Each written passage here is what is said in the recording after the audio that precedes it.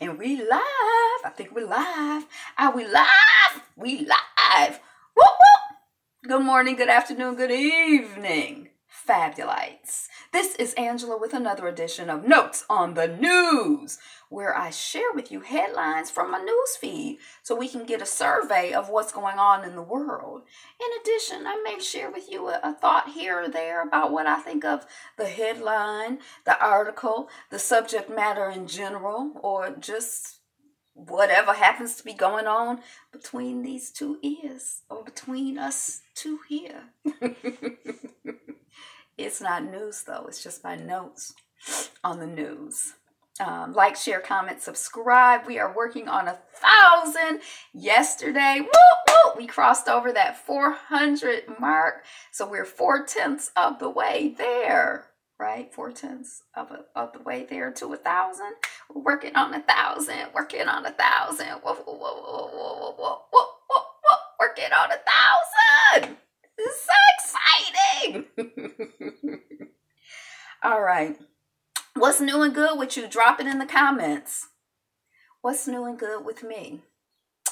I'm kind of excited, or that might be looking forward to, but I'm kind of excited because for all of my life, I've always liked the idea of living abroad, but I've been kind of looking and trying to sort of low-key, low-grade, marinate on, moving abroad, working abroad, just doing something, out of the country because I like to travel. And my people are now entertaining the idea, and that's really, really exciting because about a year or 2 years ago, I moved back, and I really wanted to continue to have the opportunity to be close to my people, my real people, the people who are my people. So that's kind of exciting.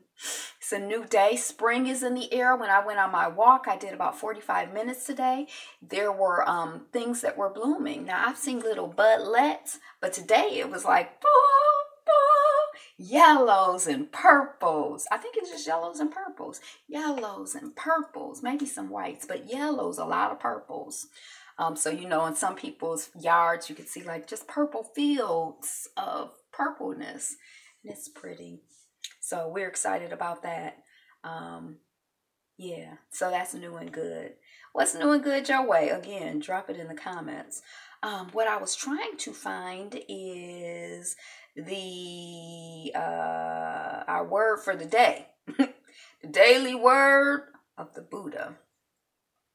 Having entered a royal court or a company of people, one should not speak lies. One should not speak lies oneself, nor incite others to do so.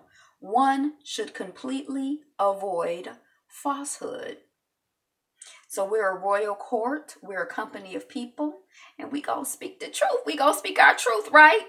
All right, let's do it. Let's do it. Let us proceed with the notes on the news. Okay, let's see where we are. Okay. So, it's coming. The Knicks are reportedly trying to lure Jay Wright, I don't know who he is, the hottest coach in college basketball, for their head coaching job. A couple weeks ago, we were looking at stories about the NCAA, and I have a whole different take on it. I'm thinking high school basketball, college basketball pro, but now I'm like, it might be like high school basketball, college basketball pro, they might be on par in terms of the amount of money that they make and the seriousness with which people, because people are I'm not a sports person, so I don't know. Maybe people are really into college athletics as much or more than they're into professional athletics. So anyway, that's what's going on. So I'm like, okay, so professional teams, and where would you, I don't know where you would get coaches from. Do you get them from former players, or do you get them from, is it kind of like a situation where if you can't do coach, or is it like once you finish doing coach? I don't know. But anyway, they're trying to get this guy from the college, from the college. Jay Wright, where he coach at? How much money is that program making? Oh, college basketball. Friend tells police Hart mother sent early text about illness, days before SUV cliff crash. So the Hart mother, and that name, hey, Sister Mary Jane, welcome on the chat. The Hart mother, of course, or mothers, don't you hate that Hart, even though it's spelled H-A-R-T instead of H-E-R-T? Hart is like, oh, the Hart. But like what these people did, it seems, is that they were abusing the children and starving the children. And these two white women had adopted these six, I think they had adopted, not fostered, but they had these 6 black and brown children. I don't know if they were all siblings, but now the whole family is missing in action. The two mothers, the adopted mothers, I don't like to call them mothers because they're killing their babies, but I don't know, especially when they're not born babies. But because, you know, mothers who birth babies sometimes kill their babies too. But I'm just saying, I don't like to call them mothers because of circumstances. And they did not give birth to these children. But they done found the 2 women who were the adoptive parents, and they found 3 of the children. And I think I saw the other day, we might even talk about it, where they found 1 other body of a child. So there are still 2 of the children's bodies who are totally unaccounted for, perhaps 3. And you know, this woman is out here sending out text messages. I didn't really click on the article to see what she was texting about, but the story continues to evolve. So if you are interested in getting more information about that just came off of Atlanta Black Star. So you can, you know, go on and Google it. And again, the title was Friend Tells Police Hart Mother Sent Early Texts About Illness Days Before SUV Crash. Tesla ends formal agreement to cooperate with the NTSB on Model X crash. So the National Transportation Safety Board, I think that's the NTSB. So yesterday when I saw this article, I thought that there was some footage that I saw where there was like a car a car on automatic pilot or being driven automatically, and the person looked up and they were like, oh, and then somebody was riding by on a bicycle. We could see him in the headlights. This is not that situation. So there have been 2 automatic car driving accidents that have happened, because this car, they say that the person got warnings, you know, put your hands on the steering wheel, put your hands on the steering wheel. They had 6 seconds. This is what Tesla is saying. Tesla is saying, we stand by the fact that it was the human's fault, not the car's fault, and we not cooperating with you anymore. They say the person had warning. They had 5 seconds of warning, 6 seconds of warning or whatever, and then they just crashed into the wall. So that's a totally different accident. So it's not looking good for the automatic self-driving cars. But to me, it seems like that's just like growing pains. Like, I don't see how that's gonna like be a non-happening. Like, I think it's just gonna happen, you know. So anyway, that was coming off of Engadget. Israel traffic stops for 2-minute Holocaust silence. So there was like an image of like just cars stopped on the highway or whatever. I thought it was really interesting because I feel that, you know, wouldn't it be interesting if we as a people had a worldwide moment of silence for our people who made their transition directly during the Ma'afa and as a result of the Ma'afa, and who are still being victimized by the Ma'afa. Doesn't Ma'afa mean middle passage? Yeah, I think it would be. And probably Ma'afa might not even really be the word, because I feel like even some of us who did not cross the big ocean and come to the states, the Americas, you know, whether it's the United States or Canada or, you know, down south in Brazil or along the coast or whatever, the colonialism and imperialism and, you know, abuse and drama and trauma and BS has affected us worldwide. So wouldn't it be interesting if we had, you know, a collective moment, some collective, you know, opportunity to acknowledge that. Now, I'm also, you know, y'all know I'm not like, oh, we have to all do everything together in order for it to be valid. So maybe, you know, maybe I'll just start it, or you'll just start it. I don't know. But I just thought, wow, I didn't even know they did that. And I love that. I like the idea of acknowledging ancestors, and not I guess just like ancestors as victims, but also ancestors as victors, you know. So that's all. That's what I was thinking when I saw that headline in the imagery. I'll ship you back to Africa. Brandeis University. Now, Brandeis University, I don't know it specifically, but the impression that I have is that it's like it's not like, boom, boom, boom, college. It's like an established mainstream university. I'll ship you back to Africa. Brandeis University takes 5 years to fire basketball coach accused of racial abuse. And I think that might have been one of the things. I don't know. I haven't read the article, but it's kind of interesting also as I'm thinking about a basketball coach, and we were just talking about the money that these basketball people make. And somebody wrote a book a few years ago, 5 years ago, 10 years ago, about how being a football player is like being on the plantation. And they drew some metaphors, and then they call them owners. And then one of the owners said that the inmates in the prison can't be running the prison or something to that effect. Then he said, sorry. Then he said, I'm not sorry. And then we talk about the prison industrial complex and the new Jim Crow and the fact that, these prisons, this whole prison system is just a continuation of the system of enslavement. So I don't know. All of those things went through my head when I saw that article, or that head, when I was thinking about that. Marijuana eaten by mice, say Argentina police officers. Now, I think it was half a ton of marijuana. So I don't know if that's credible or not. I don't really know the habits of mice. I don't know how many mice it is. I don't know what period of time it was. Like, is it a half a ton over 10 years? Is it a half a ton over a day? Is it these 6 mice ate a half a ton of marijuana? Is it these 6 million mice? I don't know. I mean, I don't really know what to make of that. Is that credible? Is that like a viable story? Do we buy that? I mean, because of course on the surface it sounds like it's some bull. I'm just saying. Experts say mice would die if they ate marijuana. Oh, so I guess according to the story, it's some bull. They look like they in bread, in a loaf of bread.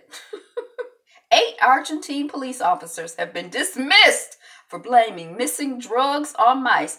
I think that was a good try, though. I mean, if it was me, I'd be like, it was my dog ate my homework. The mice ate the marijuana. I don't know if the mice will die or not, but that's what the experts say. So, Belgrade tiny head Gagarin tribute is removed. Remember, we talked about the statue where it was like a big rectangle and it was up high, and then like at the top of the rectangle, like they say you had to be in space to see it. There was like the head of the person who was like the first person in space in this country. I guess Belgrade, is that a country? Okay. So, and the people were like, they were not happy about the thing. And I'm like, well, it's artistic interpretation. And when we talked about it on the line, the people were like, I think they probably ran out of time. They like the memorial services today. So we just gonna make a square, and you know how sometimes you plan, you have big plans. Oh, I'm gonna do this and I'm gonna do that, and then you run out of time. So it's been removed. And the image, it was like a picture of the head just laying on the floor. Now the head looked big in the picture. Of course, it was in the foreground of the picture, and then the rectangle was in the background. But it was a big head. It looked like it. I mean, I don't know. So the tiny head might be bigger when it's down low instead of up high. India Taj Mahal minarets damaged in storm. So I think these minarets are like these 12-foot thingies, like part of the architectural design of the Taj Mahal, and they were damaged in a storm. Now the Taj Mahal is old, it's not young. I don't know if things often get damaged in a storm, but I think of things like the Taj Mahal, like it don't get no storm damage. But I guess over time everything gets storm damage, right? So, but the love of the man who built the Taj Mahal has never been damaged. North Korea error opens door to fake Twitter account.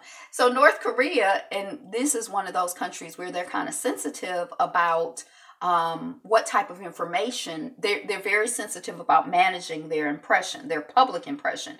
They don't allow a lot of freedom in speech. They want sort of like a unified voice.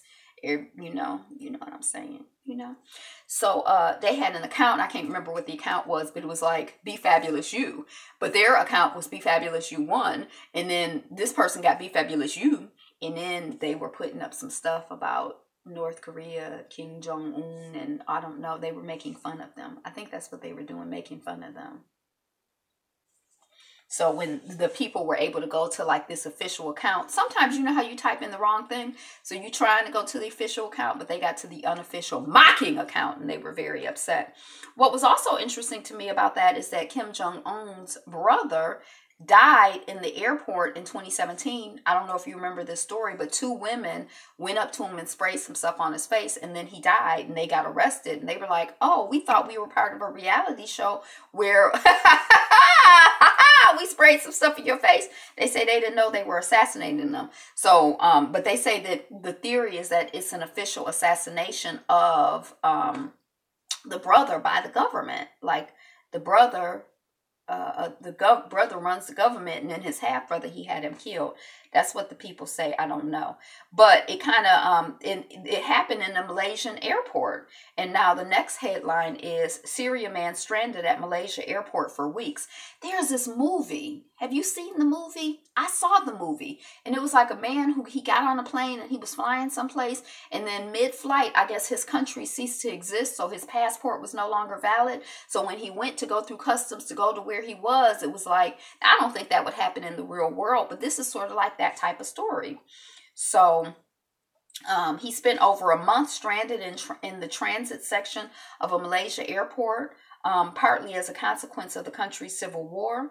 He was deported from the UAE to Malaysia in 2016. Now, he did say in this article, which I thought was interesting, that the UAE is one of the countries where you can just get there and then apply for a visa. He says he's unable to enter Malaysia, and that his attempts to reach Cambodia and Ecuador were also in vain.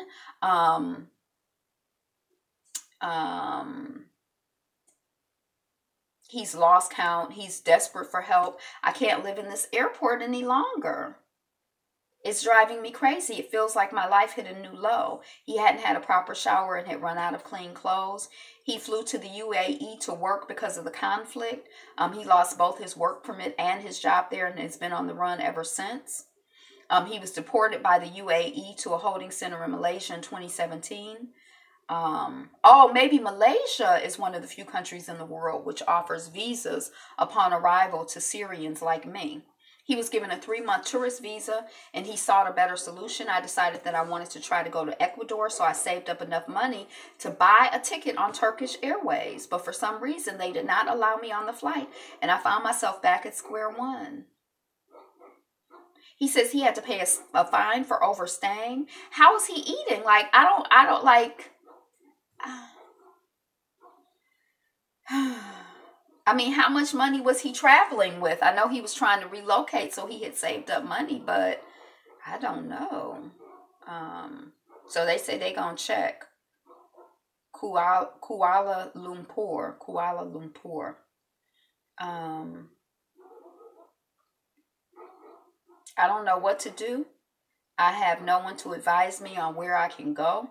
I really need help because I believe the worst is yet to come. He had left Syria in 2006 to avoid military service.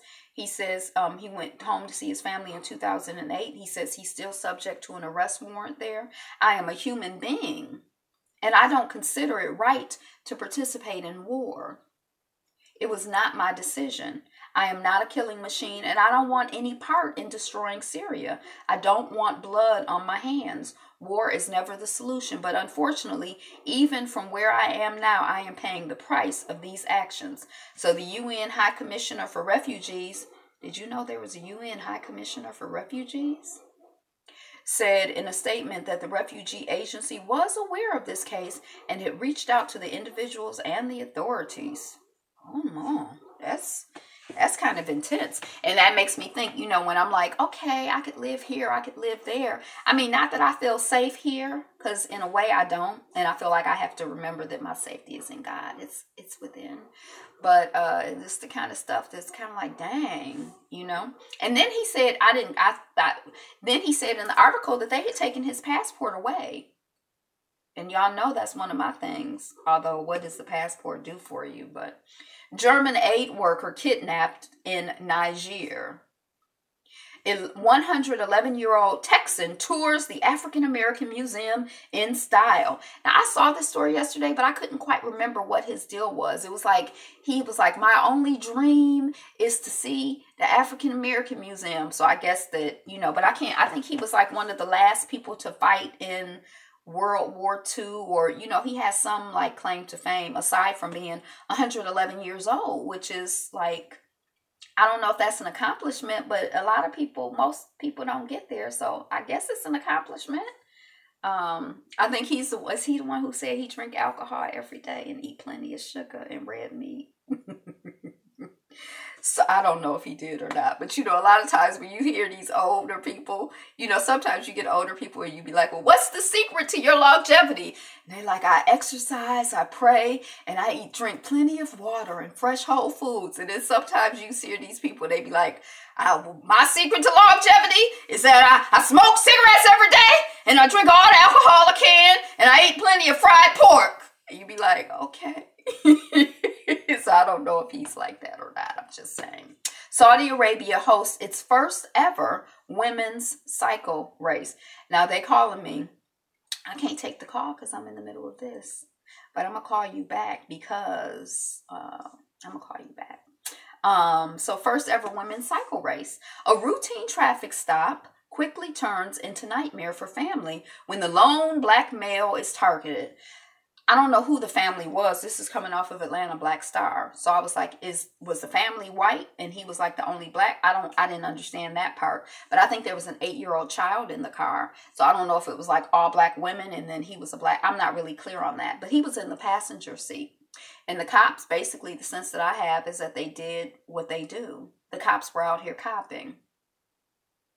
And, they're like, he had his hands on the dashboard because he was already, and, they just zoomed in on him and started harassing him. And when people asked, what's up, they like, shut up. Do you want to be next? And, it felt like at any minute he could be, executed. He could be, killed. He could be murdered. He could be assassinated.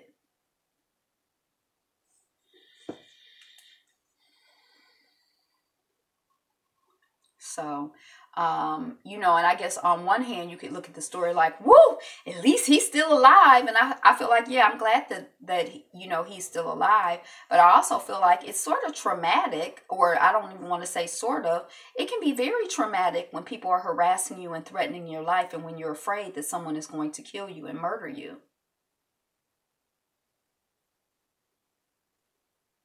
Hey, Captain. So, like, I just kind of feel like, some bull.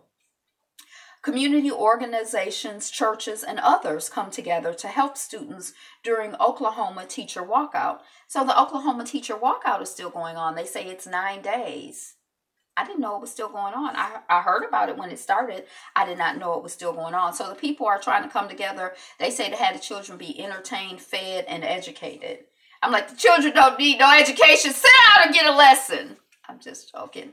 But, they trying to, and I guess they had offered the teachers some money, and the teachers are like, yeah, we need money, but the schools need money. Like, don't be trying to, because, sometimes they try to play you, right? Like, oh, they give you a raise, knowing that a lot of times, I don't know if it's 9 times out of 10, but a lot of times people who are in education have the heart to get, they can't afford it, and they be out here buying stuff for their students. They ain't even getting paid, to be able to subsidize other people. But, they kind of take advantage sometimes of the fact that people have that type of heart who do that type of work. So I'm glad that the teachers, stood up.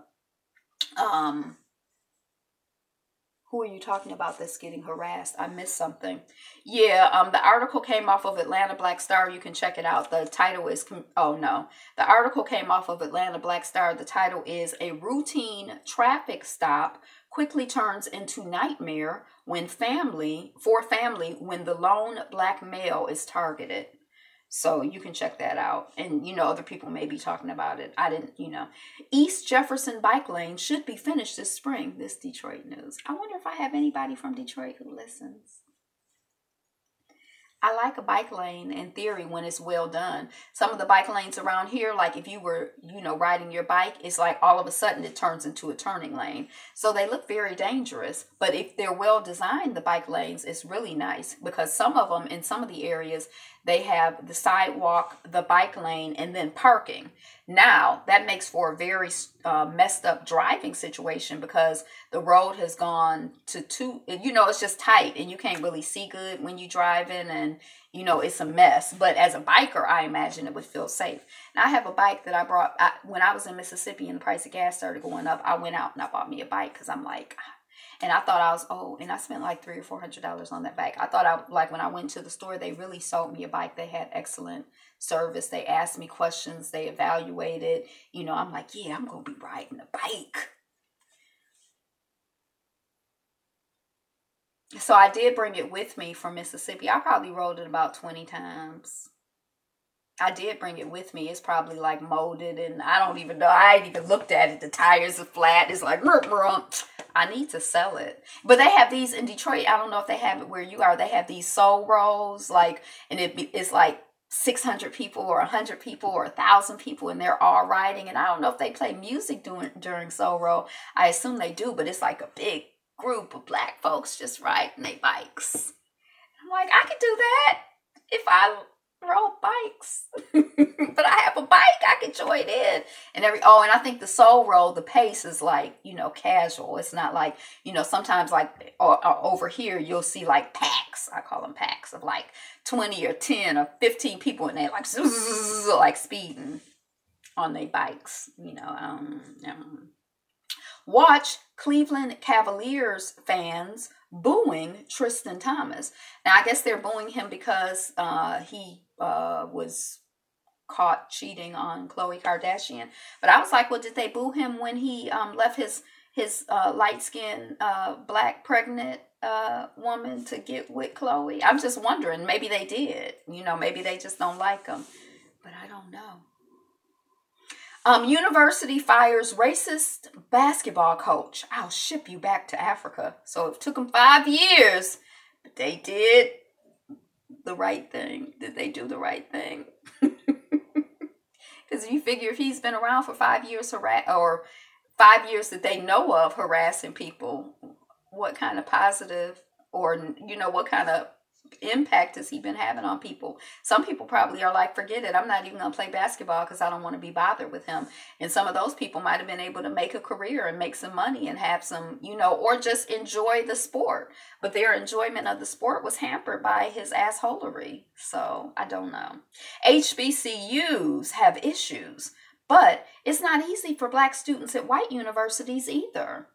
No, it's not. And I feel like theoretically, if it was up to me, now I did go to a predominantly white institution, and I feel like when I went to the PWI, I had kind of but I feel like I had a unique background because I came from a certain type of consciousness and a certain type of accomplishment. And so there was never any question that, I was on par with any and everybody there. I never felt less than, and, but a lot of my peers, I kind of feel like, for the most part, I feel like until your brain is finished and developed, like 21, 25, whenever that happens, I feel like we should be in nurturing environments. We should be in supportive environments. We should be in environments that are educating us and, mentoring us to who we are. I don't feel like we should be fighting against when, we're not even fully developed. I feel like we should be fighting for our growth and development.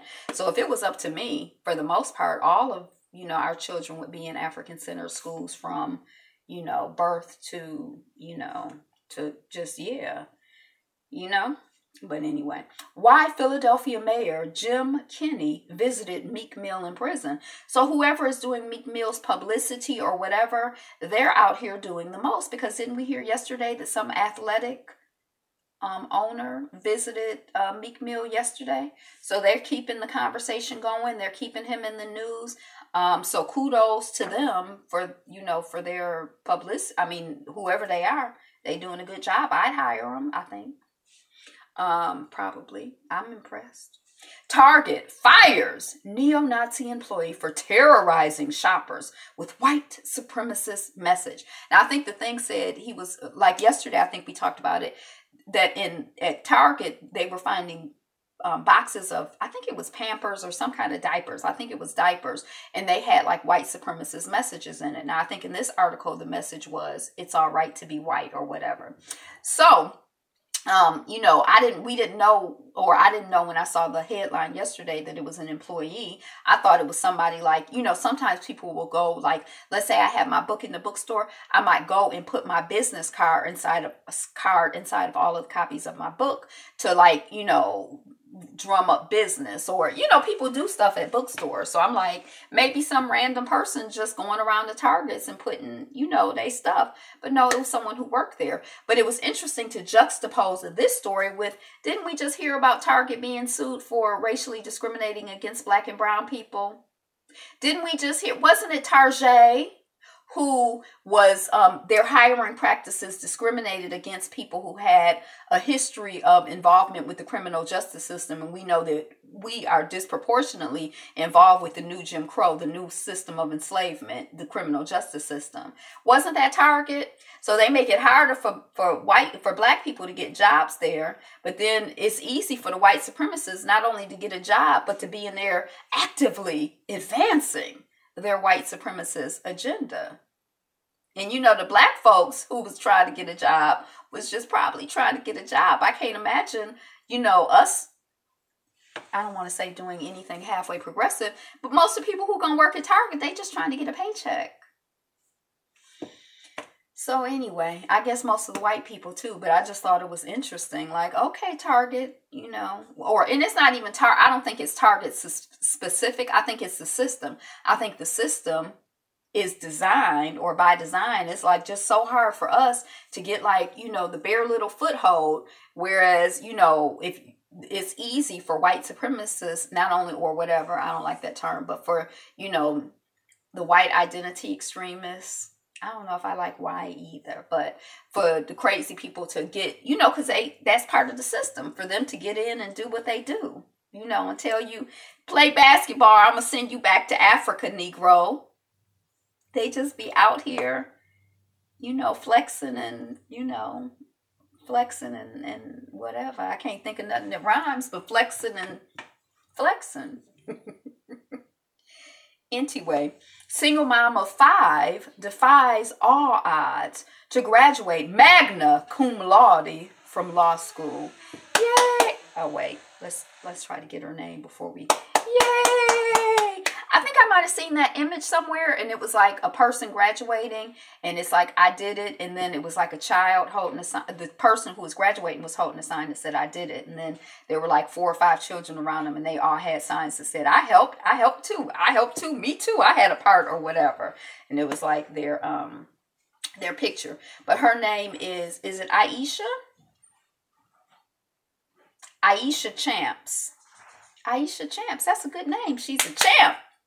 Yay! Whoop, whoop. Okay, so we happy. Whoop, whoop. Yay, congratulations. Now, try to get a job with a law degree. She's going to do well. We claim it and we project it onto her and we send it out there, and she's out there doing, she's out there doing it big, doing it big for the people. She's doing it big for the people. Aisha Champs. Thousands gather for the memorial of Winnie Mandela. Yeah, it's comparable, but I'm like, I don't like the term white supremacist because I feel like white has a connotation of something beautiful and pure and wonderful, and then supremacist has a connotation of, supreme, the best, the greatest. So when I'm like, you white supremacist, it's almost like my subconscious is going to accept that as a compliment because I speak the English language and I know the connotation of those words. And so I'm trying to find another term. I don't necessarily like Nazis or neo-Nazis. I haven't really figured out, and I feel like the term need to be like as disgusting and vile as what it is. You know what I mean? Like they would use the euphemism like, oh, the planters, meaning the slave monsters who were holding people on work camps and stealing their labor and beating and abusing us. You know what I mean? But you could just say, oh, the planters. Oh, what do you do? I'm a planter. What are you? Oh, I'm a white supremacist. Like, it sounds kind of pleasant. It don't really sound like, the piece of shit that you are. Not you, but I'm just saying the piece of boo-boo that it is, So thousands gather. Yay, that was kind of exciting to hear. And I wish I was there. That's why I'm still following the story. Parkland teacher, and this was a brown person. I don't know if he identifies as black or not, but when I looked at him, I'm like, he brown. Parkland teacher arrested. The new term is colonizers. Yeah, to me, colonizers don't really have the punch, like the vileness that is, what they have done to me. I mean, I guess for different people, it has that punch, but I'm looking for something that, we said we was going to speak the truth. I wanted to speak the truth to me. Parkland teacher arrested after leaving gun in public lavatory. So Parkland is the school where the 17 children were killed. There was a conversation after 17 children was killed in school. Hey, we should have guns in school. We should, arm the teachers. This is one of the teachers who's like, hey, I could be armed. I would be willing to take the training. I don't know if it's the right thing to do or not, but you can sign me up, right?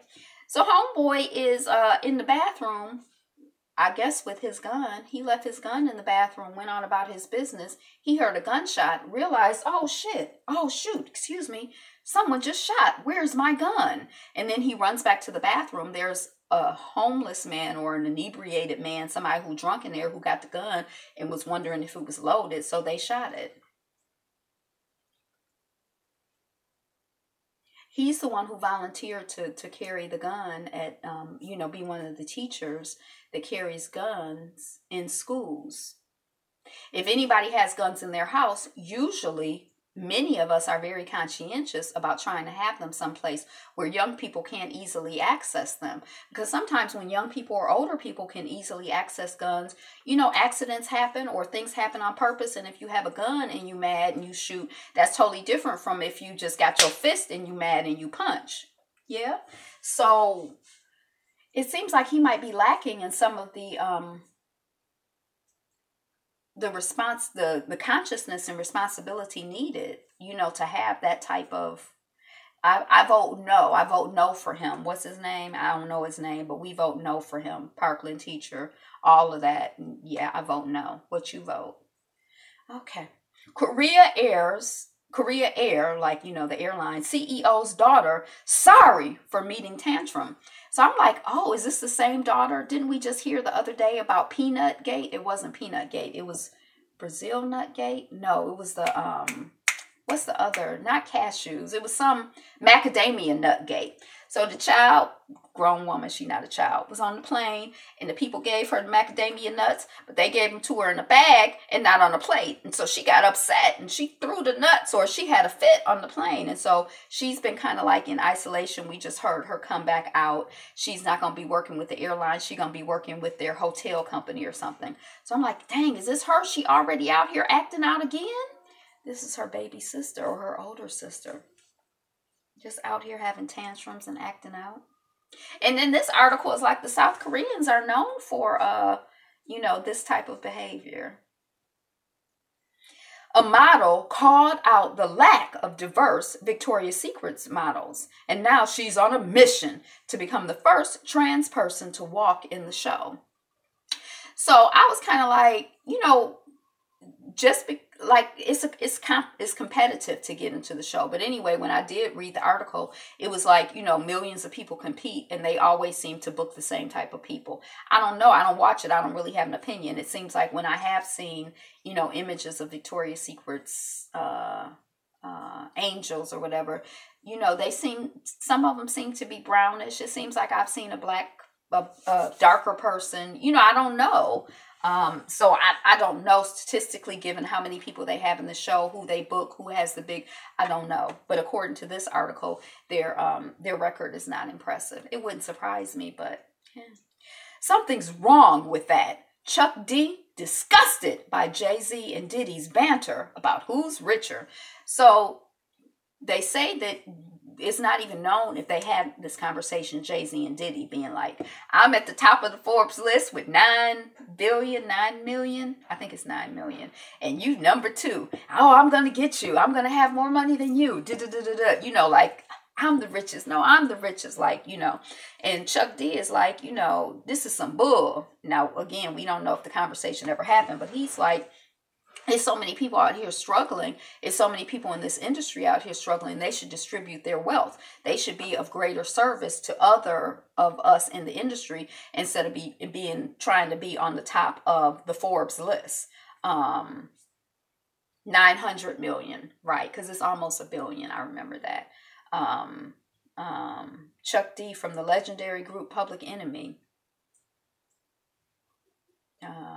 They should be using their riches to help those in hip-hop who need it, like other artists who may be struggling.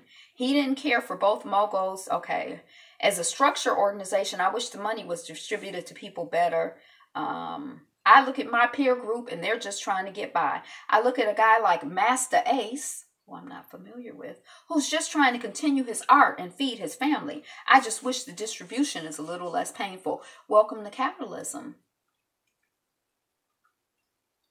The Bring the Noise writer also said that he does a lot of things for free, and his motivation to create positive change isn't fueled by dollars.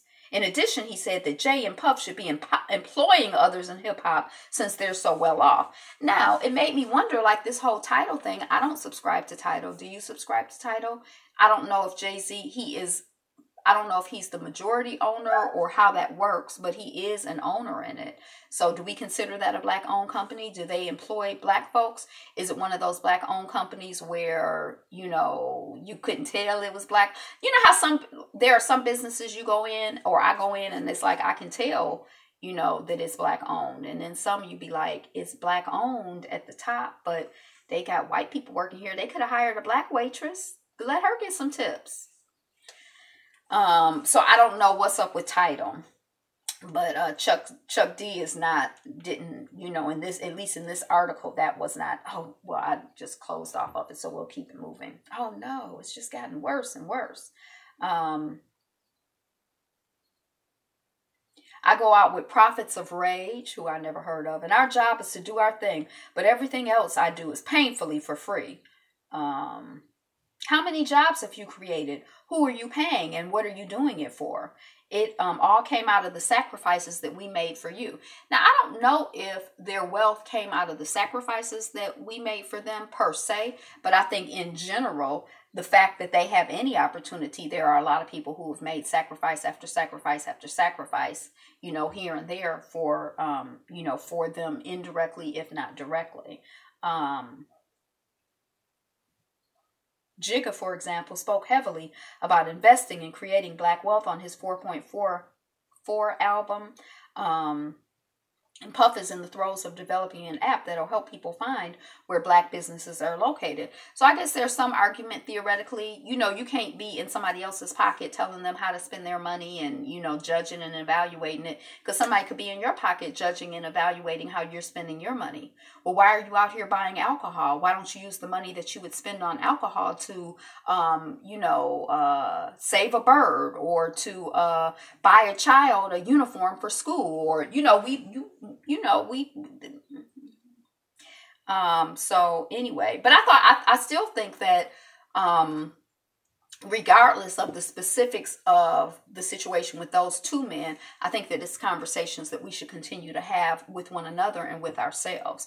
Really, I think that we're the only ones that can hold ourselves accountable for how we're investing our time and our money and our energy and our love. What we doing? I don't think anybody else can help, but, you know, I think we do. It is an opportunity to, like, you know, take a moment and evaluate and reevaluate and probably shift some things to be more in alignment with, your value of Black life, your love of Black people, and, your love of yourself. Like, just take a moment and look at what you're doing, and, how can you add more value to your family and your community, and, make yourself more valuable. I'm just saying. Samira Sindhu, pregnant singer, shot at celebration in Pakistan. Now, in Pakistan, it's not legal to drink. So I don't know if the people were drunk or what was going on, but what they say happened, the person who shot her, is that he was shooting up in the air to celebrate, and that she just got, it was, the shot, and then she just, that's what he says happened. Now, other people say that what had happened is that she was pregnant, very pregnant, 8 or 9 months pregnant. She was very pregnant. I don't know how pregnant she was, but she was very pregnant. And he get up and sing, because she's there as a singer to perform. And he wants to see the performance. And she's like, oh, I'm pregnant, so I can't get up. And he shot her. Or I can't get up, or I don't want, or I just want to sing from my seat. So, was he sober? Did that happen? We don't know. But anyway, I don't know if she is okay, and I don't know if the baby is okay. The headline doesn't tell us that, but, just peace in that whole situation. And, coolness. They should come together to build a Black school, because we are diluting the truth about slavery. Yeah, I mean, that's one approach. I think you could, if you asked 1 million people what other people should do with their money, we would have 1 million opinions. And that's one of them. Oh,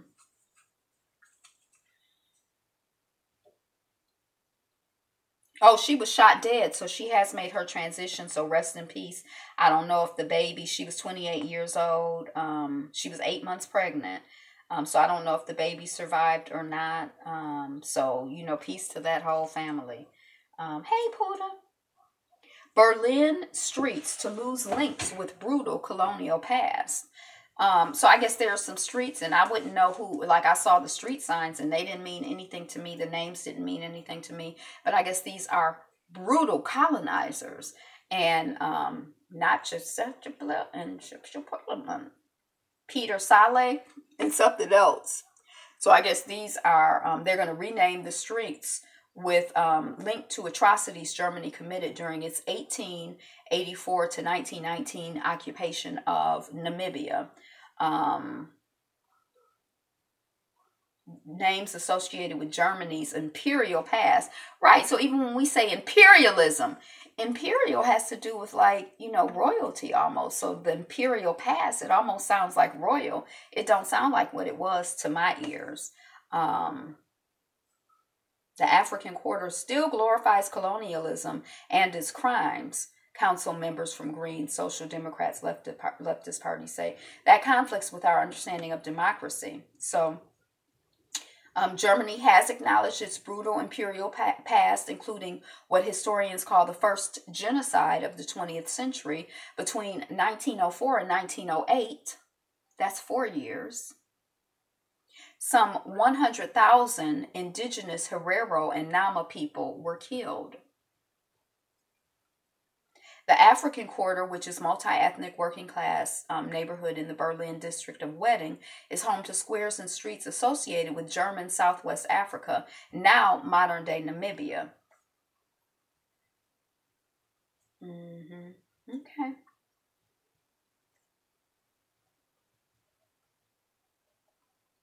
Maji Maji. We should know this. M-A-J-I, M-A-J-I. Maji Maji. A battle cry used by the indigenous people at the time commemorates the largely unknown liberation struggle against German colonial rule. It's not unknown to us, or it shouldn't be unknown to us. So let's know about Maji Maji and the struggle against that bug. Anna Magundu was the first Herero woman to take a leading role in the independence movement. So power, let's say her name and acknowledge her. Cornelius Fredericks led the Nama people's resistance against the German imperialist rulers. So let's say his name, Cornelius Fredericks. Anna Mangunda. Rudolph Douala Manga Bell was a Douala king in Cameroon who, alongside his wife Emily, resisted land grabs by white colonizers. So, That's the BBC using that language. But anyway, yeah, so if the BBC is using it, it's not strong enough for me. I think I'm clear about that in my head now. Why delusional white woman took injections to become black woman needs to pay us. So the woman has first she got her breast done, so she has like size G breast, and she took melanin shots, so her skin is dark. And she went to Kenya, and some people, I guess, baptized her, and I guess so now she feels that she is black. And she has a kinky weave, and she says that since she's been wearing the kinky weave, her hair has become kinkier. So this is her name is Martina Big. She's a white woman from Germany. Oh, she looks awful. Okay, so yeah. UN Central African Republic Corps protest was propaganda. So the UN says that the Central African Republic Corps protest was propaganda. The people from the UAE, or Central CAR, not UAE, sorry, took 17 dead bodies out to, I think, the UN and said, y'all peacekeepers are out here killing the people. Now the UN says that the people that they're killing are like Bin Laden type people, like the enemy. So it's just some propaganda, y'all trying to make us look bad. There was something in this article, though, that kind of caught my attention.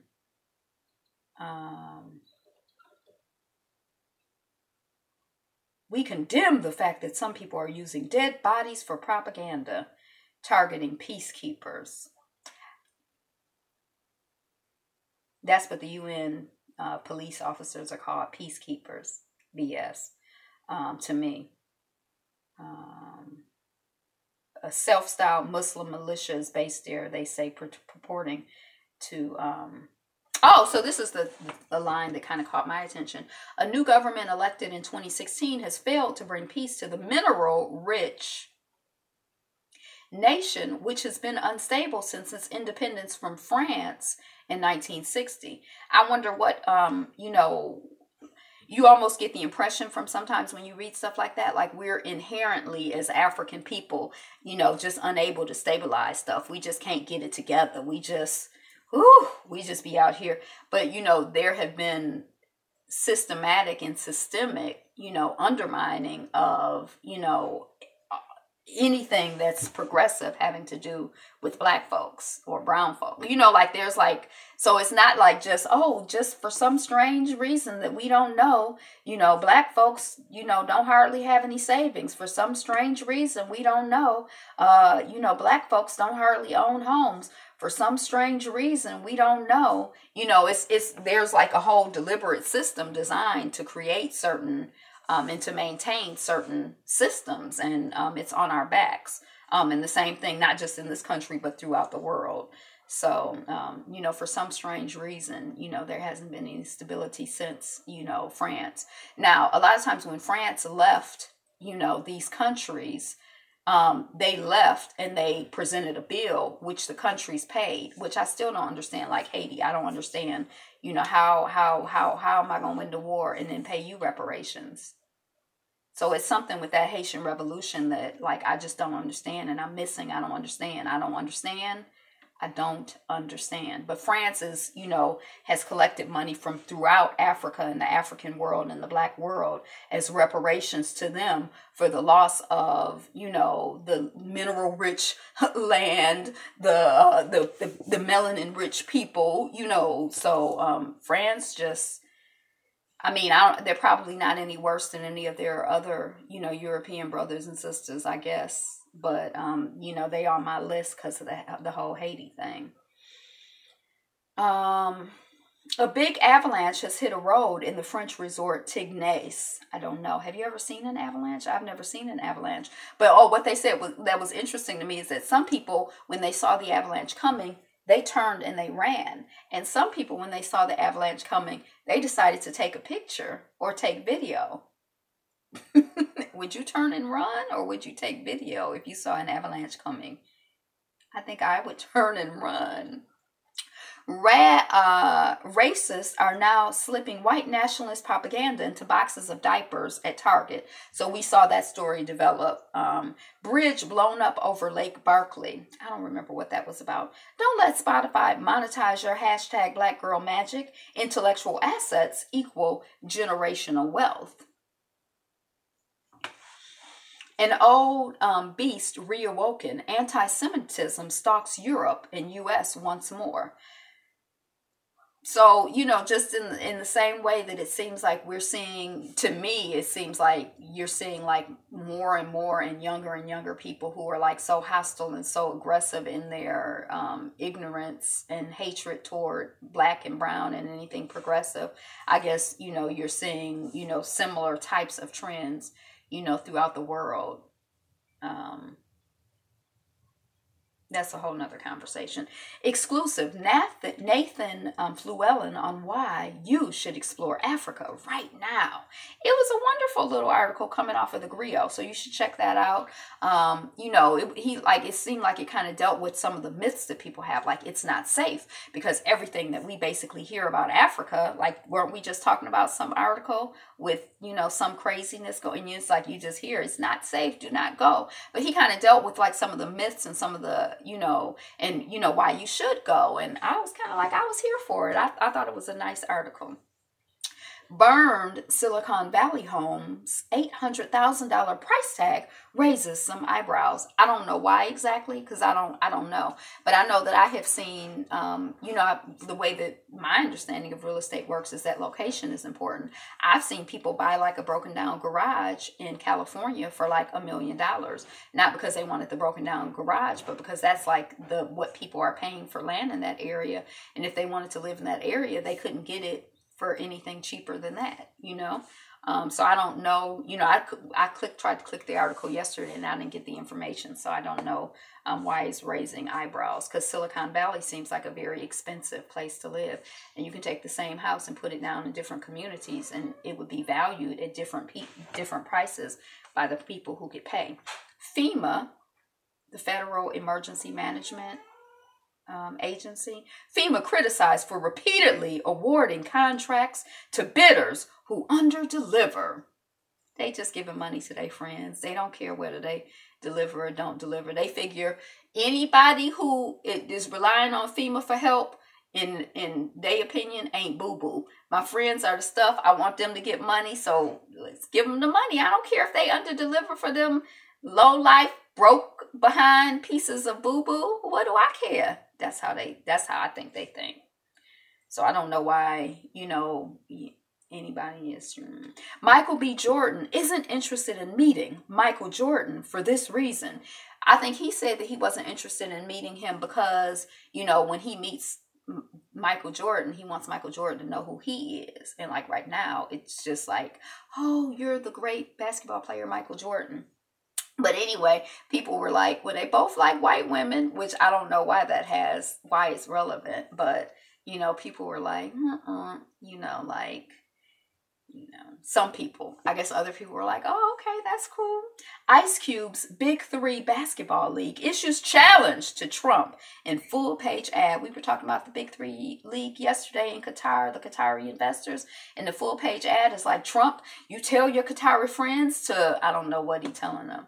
And I don't know what's going on with Ice Cube. I hope that the strategy works for him and that it ends up being a blessing for his family and the black community.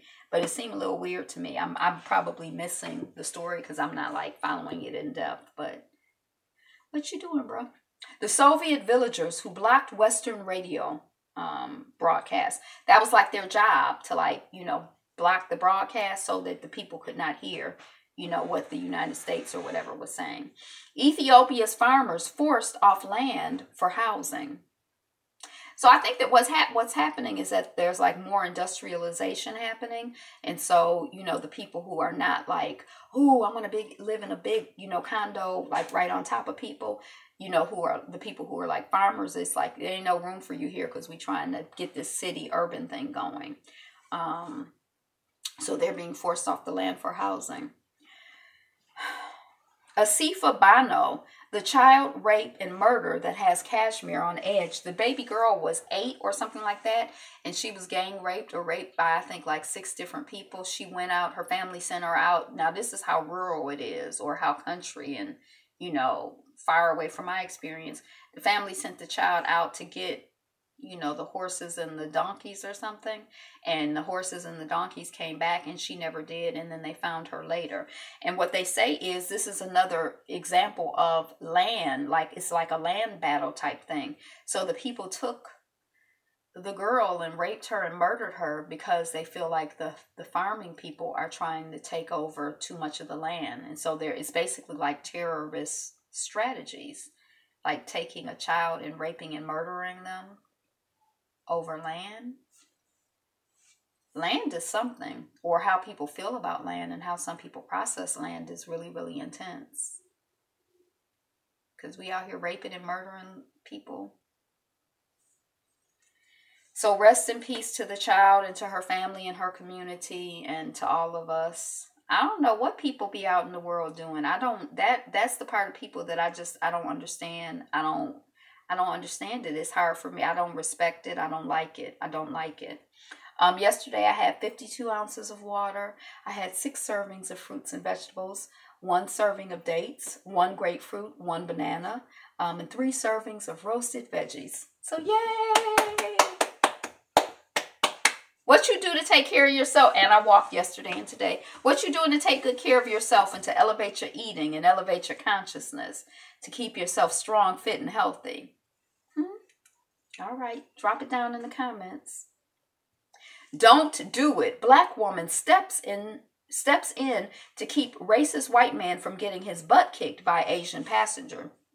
So the white man was just harassing the Asian man, and the Asian man was just like, okay, yeah, whatever. And because the Asian man wasn't like, getting all upset, then that made the white man was getting more upset, I guess, because he wanted to get a reaction. He wasn't getting the reaction that he wanted to get. And then finally, I can't remember. Oh, he called him a Nigger, but like maybe like a Asian Nigger or something. And that's when the guy got up and he got upset. And then this black woman faced the Asian man and she's like, don't do it. Don't give him what he wants. And she had her back to the white man who's crazy and harassing people. So that's the story. What you think about that? Would you do that? I think when you see stuff happening sometimes, like I don't think I would do that. And I feel like it kind of begs the question, I don't know, because you can't talk collectively about all of the Asian people, and because all of the black people, all of the black women probably wouldn't have done that. So, but I'm like, I don't know if I've ever heard, this is the first time I've ever heard of this type of story, period. So, but it's kind of like, well, would an Asian man, try to help, I don't know. I don't know. I can't imagine it. But before I read this story, I couldn't imagine a black woman, being like, although sometimes I feel like, black folks always be trying to keep the peace sometimes, I think it's, okay. Workers' Party legislators in Brazil adopt Lula's name. So Lula has been found guilty of not extortion, but like stealing money or embezzlement or whatever, I think. And he was the former president of Brazil. And so the people are saying this charge, this finding of guiltiness is, some people are saying this is politically motivated. And so what they're doing to show their protest or their disdain is that they are taking this person's name. So instead of me just being Angela Rasulullah Riley, now I'm Angela Rasulullah Lula Riley. And so you seeing all of these people pop up with the name Lula to show their solidarity with, the Lula. And then on the other side, you're seeing people take somebody else's name, I can't remember who it is, to show their solidarity with that person. I remember when I first got into Mary Kay, there was a woman who had made their transition, and a lot of the people used Z, like her middle initial. They used Z because they were part of that lineage, and they wanted to show that. That they were a part of that lineage. But it kind of, it kind of is interesting, the ways in which we show loyalty and the ways in which we show where we stand. Like, how do you show loyalty? How do you show where you stand? I guess when in the Black Muslim community, there's the usage of X to show, a certain orientation, a certain value system, a certain belief system, and it's like when you see an X, we more or less know, a little something about them and where they stand, So do we have anything, I don't know if I meet many. Oh, the Moors, L. It seems like I can tell. Now I can't even think of it, but I was going to say it seemed like I can tell the Moors from their names, but now I can't think of it. But can people tell, from your name, from how you carry yourself, who you are, what your values are, who you with? Can the people tell who you with? Or is it a secret? Here's how much Facebook, Mark Zuckerberg, and Sheryl Sandberg have donated to the lawmakers that question Zuckerberg. Now, they say Zuckerberg hasn't donated a lot. I don't know if the other people have donated a lot. But it does sort of beg the question, like, if you in my pocket, then how are you loyal to my pocket, or are you loyal to the truth? Are you loyal to the American people, or are you loyal to the people who give you money? Because we see this with the NRA, and it's not new. We've seen it before that, and I'm sure we'll see it after it. Officer who dragged man from plane sues United Airlines. He says he wasn't properly trained, and that's why he dragged the man from the plane. He ain't know what to do. He told the man to get off the plane. Well, this is the Asian man who they told him to get off. Something happened, and he's like, he was like, he got bumped. Remember, I think this is the story where they had already boarded the plane. Now, we already know they're supposed to ask the people before they board the plane, does anybody want to give up their seat? We'll give you 200 miles if nobody comes. Does anybody want to give up your seat? We'll give you a free ticket to anywhere in the United States if nobody comes. Does anybody want to give up your seat? We'll give you a free ticket to anywhere in the world. Nobody comes. They're supposed to keep escalating it before they board the plane. They boarded the plane, the man in his seat, he think he going to his doctor job or whatever, and they like, since nobody volunteered, we go, just randomly select someone, and we select you. And he like, I'm not getting off the plane because I got places, they waiting for me to do my doctor job. And so they called the police, and the police dragged him off. He sued, I'm sure he sued them. And so now the cop is suing United Airlines, like, you ain't tell me how to properly, now you ain't trained me right. And he didn't have any home training. He was dragged up at home. So if he ain't get the training from the cops, where he gonna get the training to be a human being and know how to act right? And I said act right, not act right. I'll ship you back to Africa. Brandeis University takes 5 years to fire basketball coach accused of racial abuse. Officer faces assault charges for repeatedly slapping 13-year-old girl during arrest. This is coming off of Atlanta Black Star if you want to, check out the story. Chinese baby born 4 years after parent's death. So the parents are dead, but the baby is born. Science. That's deep. How you going to be born and your parents are dead? That's deep. 4 years after your parents have made their transition, you're born. That's like some science fiction stuff. Bombshell report details sexual misconduct allegations against Missouri Governor Eric Greitens. I don't really know what the situation was, but officials find woman's dismembered body in Brooklyn Park. That's coming off of Atlanta Black Star, so I guess that's a black woman. So rest in peace, black, white, whoever. I guess if I've already, oh, wow. Oh, look at the baby. 26-year-old Canarsie Park. I don't even know where Canarsie Park is. Somebody was walking their dog, the victim's head and bare torso. Oh, she had been missing for months, but her tattoo with the word chocolate printed on it on her left breast aided authorities in her identification. Oh, she didn't deserve that. She was young and vibrant. Even if she was old and dry, she don't deserve to be killed and dismembered. She was street, but she was trying to get her life together. She was just like a sister. I hope they solve this quick, because if someone can do that to her, I can't imagine what else they can do. the 26-year-old was having family problems.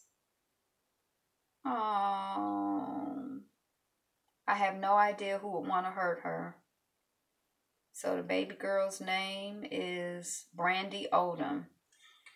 So rest in peace to her and her family and to all of us. So that's it for this edition of Notes on the News. I don't know if you have if we missed anything. We've been on the line for about an hour and 10 minutes. So I don't know if we missed anything. Did the world explode while we was talking? Did something I need to know? Do I need to duck or hide? What's going on? If not, we'll catch those stories tomorrow, whatever happened since the last time I looked at my news feed that's interesting to me or you or us or whatever.